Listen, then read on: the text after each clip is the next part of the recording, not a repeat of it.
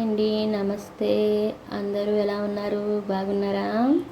చూసారా ఇక్కడ గోరింటాకు మొక్క, దీనికోసం మనం కొంచెం తెలుసుకుందాము. చూసారా చిన్న కుండీలో చక్కగా పెంచారు కదండి మొక్క. చూడండి ఎంత బాగా పెరిగిందో. కుండీలో కూడా గోరింటాకు మొక్క పెంచుకోవచ్చు కదండి. అంతా మీకు తెలుసు కదా. సరే, ఈ గోరింటాకు మొక్క కోసం చిన్న కథ రూపంలో చెప్తాను చూడండి. గోరింటాకు ఎలా పుట్టిందనేది కూడా చెప్తాను. గోరింటాకు అంటే గౌరీ ఏంటి ఆకంటండి.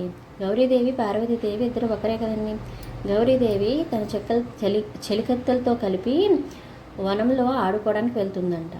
అప్పుడు వనంలో ఆడుకునేటానికి వెళ్ళేటప్పుడు సడన్గా తను రాజస్వాలు అవుతుందంట. తన నుండి చిన్న రక్తం భూమి మీద పడి అది మొక్క కింద వస్తుందంట. ఈ విషయాన్ని చూసిన చెలికత్తెలు పర్వతరాజు దగ్గరికి వెళ్ళి ఈ విషయం చెప్తారంట. ఆ విషయం తెలుసుకున్న పర్వతరాజు తన సతీ సమేతంగా అక్కడికి వచ్చేసరికి ఆ మొక్క పెద్దదవుతుందంటండి. ఈలోపు గౌరీదేవి చిన్నతనం కదా, తను తెక్క ఆ మొక్కలో ఆకులు లాగుతుందంట. ఆకులు లాగితే తన చెయ్యి అంతా ఎర్రగా పండుతుందంట. ఎర్రగా పండేసరికి అమ్మో నా బిడ్డకి చెయ్యి అంతా వాచిపోయింది, కందిపోయింది మొక్క వల్ల అని తల్లి అనుకుంటుందంట. అనుకుంటుంటే సరే అని అమ్మ నాకేమీ పెయిన్స్ కానీ ఏమీ లేదమ్మా, నాకు అలంకరణ కిందే ఉందమ్మా, ఇది అలంకరణ కింద అనిపిస్తుందమ్మా పైగా అని చెప్తుందంట గౌరీదేవి.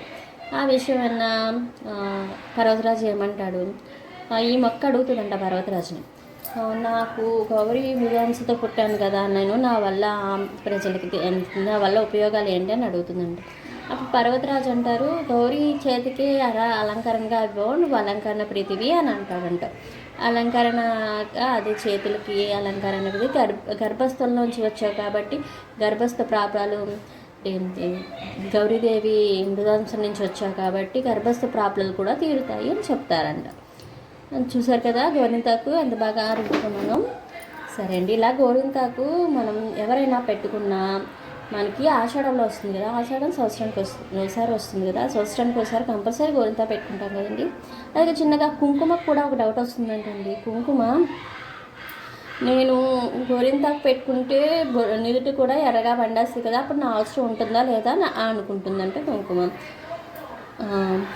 సరే అండి, ఆ కుంకుమ అనుకుంటుంది కదా, కుంకుమ అప్పుడు అంటాడంట పర్వతరాజు, నుదుటి మీద మట్టికి గోరింటాకు పండదు అని అంటారంట. నుదుటి మీద గోరింటాకు పండదంటండి. అది విషయం మీకు ఎంతమందికి తెలుసో తెలియజేయండి, కామెంట్లో చెప్పండి. నాకు ఈ విషయం నేను ఈ మధ్యనే తెలుసుకున్నాను. సరే, ఈ విషయాలన్నీ మీకు చాలా వరకు చాలామందికి తెలిసిండే ఉంటాయండి. గోరింటాకు వల్ల ప్రయోజనాలు కూడా మీకు తెలిసే ఉంటాయండి. అంటే నాకు తెలిసింది నేను చెప్తున్నాను. గోరింటాకు వల్ల గోర్లకి కూడా చాలా మంచిదండి. మన గోరు చుట్లు అవి వేస్తుంటాయి కదా గోర్లకి, ఆ గోరు చుట్లు అవి పుండ్లు అవి తగ్గుతాయంటండి. గోర్లకి సంబంధించిన ప్రాబ్లమ్స్ అన్నీ తగ్గుతాయి.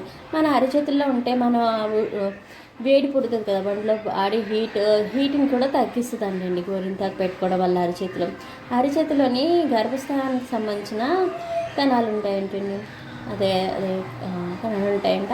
అది అరిచేతులు పడ్డం వల్ల గర్భస్థ ప్రాబ్లమ్స్, సంతానానికి సంబంధించిన గర్భస్థ ప్రాబ్లాలు అన్నీ తగ్గుతాయంటండి. ఇలా అరిచేతిలో, అందుకే లేడీస్ గోరింటాకు కంపల్సరీ అరిచేతిలో పెట్టుకుంటారండి. కాళ్ళకి చేతికి అలంకరణగా ఉంటుంది. ఇదే గోరింటాకుని కోన్లో కూడా ఉపయోగించి కోన్లతో కూడా సరే పెట్టుకుంటున్నారు కదండి. చూసారు కదా మీరు అంతాను. ఇలాగా మీ అందరికీ తెలియదు ఏముంది, ఈ గోరింటాకు గురించి నాకు తెలిసింది చెప్తున్నాను. మీకు ఇబ్బంది కలిగి ఉంటే ఏదన్నా సరే అండి, ఇబ్బంది కలిగి ఇలా మాట్లాడితే.